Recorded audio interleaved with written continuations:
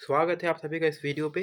मेरा नाम है प्रसून गुप्ता और मैं आपके लिए लेके आया हूँ CGPSC रेस टू प्रीलिम्स का डे 6, जहाँ पे हम डेली 10 ऑब्जेक्टिव क्वेश्चन सॉल्व करते हैं। तो वीडियो को स्टार्ट करने से पहले आप अगर मेरे इस इनिशिएटिव को पसंद कर रहे हैं तो प्लीज़ इस वीडियो को लाइक कर दीजिए। इससे भी ज़्यादा इम्पॉर्टेंट है कि आप इस चैनल को सब्सक्राइब कर लीजिए ताकि आप मेरे से जुड़े रहें और मैं जब भी नए वीडियो लेके आऊँ 10 क्वेश्चन तो आपको उसका नोटिफिकेशन मिल जाए। और इस वीडियो को शेयर करिए अपने फ्रेंड्स के साथ ताकि इसकी थोड़ी रीच बढ़े और मुझे इसे कंटिन्यू रखने का प्रोत्साहन मिले। तो चलिए स्टार्ट करते हैं। आज हम हिस्ट्री के क्वेश्चन लगाएंगे, ठीक है। तो लेट्स स्टार्ट। फर्स्ट क्वेश्चन, आपको पहला क्वेश्चन है, एलोरा के कैलाश मंदिर का निर्माण किसने कराया था। तो इम्पोर्टेंट क्वेश्चन है, CGPSC के 2019 के पेपर में आया हुआ क्वेश्चन है। CGPSC में क्वेश्चन रिपीट होते हैं, इसलिए ऐसे फैक्ट्स को आप याद रखेंगे, ठीक है। तो इसका सही उत्तर है कृष्ण प्रथम। तो कृष्ण प्रथम ने एलोरा के कैलाश मंदिर का निर्माण कराया था। प्रथम और द्वितीय में कन्फ्यूज मत होइएगा, पहले द्वितीय आंसर लिया था बट अमेंडमेंट के बाद आयोग ने इसको अमेंड कर दिया था और कृष्ण प्रथम आंसर इसका करेक्ट आंसर है। आगे चलते हैं सेकंड क्वेश्चन में, ममल्लापुरम का नाम इनमें से किस पल्लव शासक के नाम पर पड़ा है। जो ममल्लापुरम एक स्थान है साउथ में, उसका नाम किस शासक पर पड़ा है। तो इसका नाम पड़ा है आपका नरसिंह वर्मन प्रथम शासक के नाम पर, क्योंकि इस शासक को ममल्ला भी कहते थे। तो उन्होंने जब एक नगर स्थापित किया तो उसका नाम ममल्लापुरम रखा। तो ममल्लापुरम नरसिंह वर्मन प्रथम के नाम पर रखा गया है, जो कि पल्लव वंश के शासक थे, ठीक है। अगला क्वेश्चन, क्वेश्चन नंबर 3, निम्नलिखित में से कौन सी द्रविड़ शैली के मंदिर स्थापत्य की अनोखी विशेषता है, ठीक है। तो द्रविड़ शैली, आपको पता है कि मंदिर स्थापत्य की जो शैलियाँ होती हैं उसमें 2-3 शैलियाँ काफ़ी फेमस हैं, जैसे नागर शैली, द्रविड़ शैली, ठीक है। उसके अलावा भी बहुत सारी होती हैं। तो उसमें जो द्रविड़ है वो साउथ में पाई जाती है और उसमें अलग अलग विशेषताएँ होती हैं, ठीक है। तो जो द्रविड़ शैली की अनोखी विशेषता है वो क्या है, गोपुरम। तो गोपुरम क्या होता है, जैसे मंदिर बना हुआ है उसके चारों तरफ गेट होता है, चारों तरफ बाउंड्री होती है और एक बड़ा सा यहाँ पे गेट बना होता है। जैसे आप साउथ के मंदिर वगैरह में देखते हैं तो वहाँ पे एक बड़ा सा गेट होता है, इस गेट को हम बोलते हैं गोपुरम, ठीक है। गोपुरम मतलब होता है गेट, जो कि द्रविड़ शैली की स्थापत्य की एक विशेषता है, एक प्रमुख विशेषता है, ठीक है, जो कि बाकी शैलियों में वो दिखाई नहीं पड़ती है। आपका अगला क्वेश्चन है कि शिलापद्दिकरम के लेखक कौन है। तो जो तमिल ये लिटरेचर है शिलापत्तिकरम, वेरी इंपॉर्टेंट संगम काल का लिटरेचर है। तो इसके लेखक हैं इलांगो आदिगल। तो इलांगो आदिगल जी ने शिलापत्तिकरण लिखा है। ये शिलापत्तिकरम जो है एक बहुत ही इंपॉर्टेंट एक लिटरेचर है जिसे एपिक की भी संज्ञा दी गई है, ठीक है। आपका अगला क्वेश्चन है, this is a very difficult question, जो कि हमारे CGPSC के लास्ट ईयर के पेपर यानी कि 2022 में आया हुआ था। ऐसे क्वेश्चन बहुत जो डीप पूछते हैं उसको आपको अगर नहीं बन पा रहा है तो आपको उसको छोड़ के आगे बढ़ सकते हैं। मैं यहाँ पे इसको आपको एक्सप्लेन करता हूँ कि राजा मिहिर भोज के संबंध में क्या सही नहीं है। ध्यान रखिएगा, यहाँ पे क्या पूछा है, क्या सही नहीं है। तो आपका पहला फैक्ट है कि वो नागभट्ट द्वितीय के पुत्र थे, ठीक है। दूसरा है कि उनके साम्राज्य की राजधानी कन्नौज थी। अरब यात्री अल मसूदी ने उन्हें बौरा का नाम दिया है, ठीक है।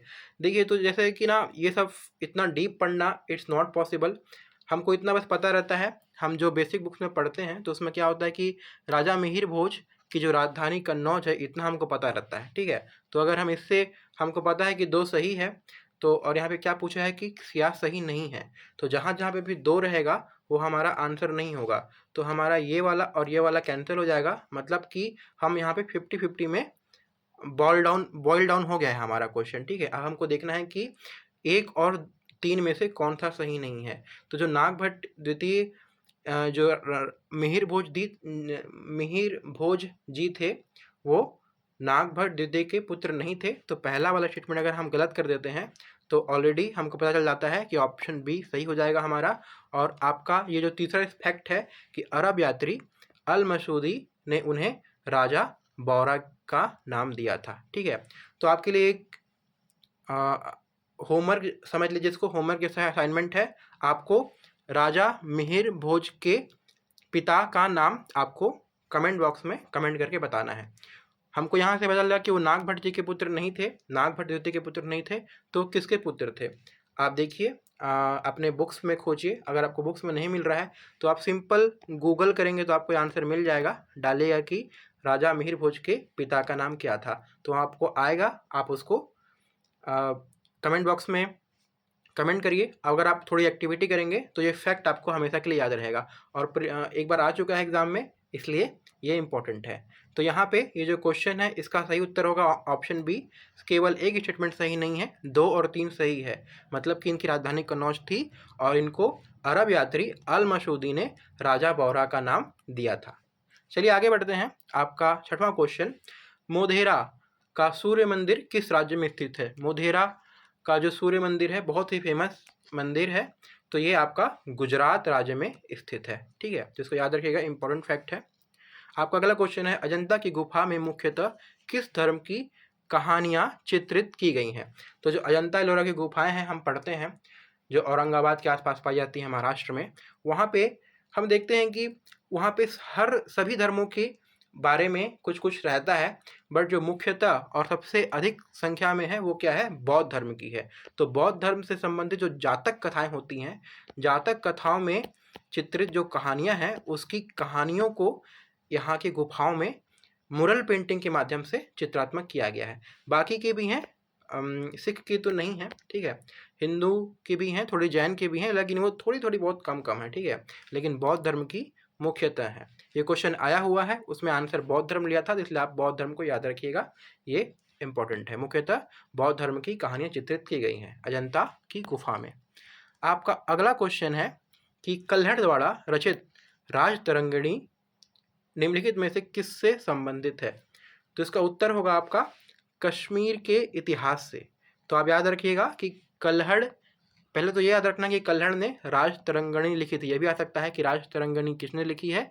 कल्हड़ ने लिखी है।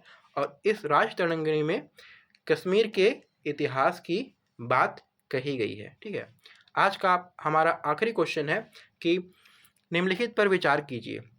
ये आपका यूपीएससी 2019 का क्वेश्चन है। कई बार क्या होता है कि यूपीएससी से फैक्ट्स उठा के सीजीपीएससी में पूछते हैं, इसलिए इंपॉर्टेंट हो जाता है। तो इसमें आपको कथन दिए गए हैं। पहला है कि बुद्ध में देवतारोपण, मतलब कि बुद्ध को भगवान के रूप में देखना। ठीक है। दूसरा आपका स्टेटमेंट है कि बोधिसत्व के पथ पर चलना। ठीक है, बोधिसत्व के पथ पर चलना। तीसरा है आपका मूर्ति उपासना तथा अनुष्ठान। आपका प्रश्न ये यहाँ से बनता है कि निम्नलिखित में से कौन सी विशेषताएं महायान बौद्ध मत की है? तो हमको ये पता है कि जो चौथी इनकी जो काउंसिल थी, बुद्धिस्ट काउंसिल, उसके बाद से ये 2 भागों में विभक्त हो गया था। एक महायान बना था, एक क्या बना था आपका हीनयान। ठीक है, तो क्या हुआ था कि जो महायान वाले जो बौद्ध थे वो लोग भगवान की बुद्ध को भगवान की तरह देखने लग गए, इसलिए ये सही होगा।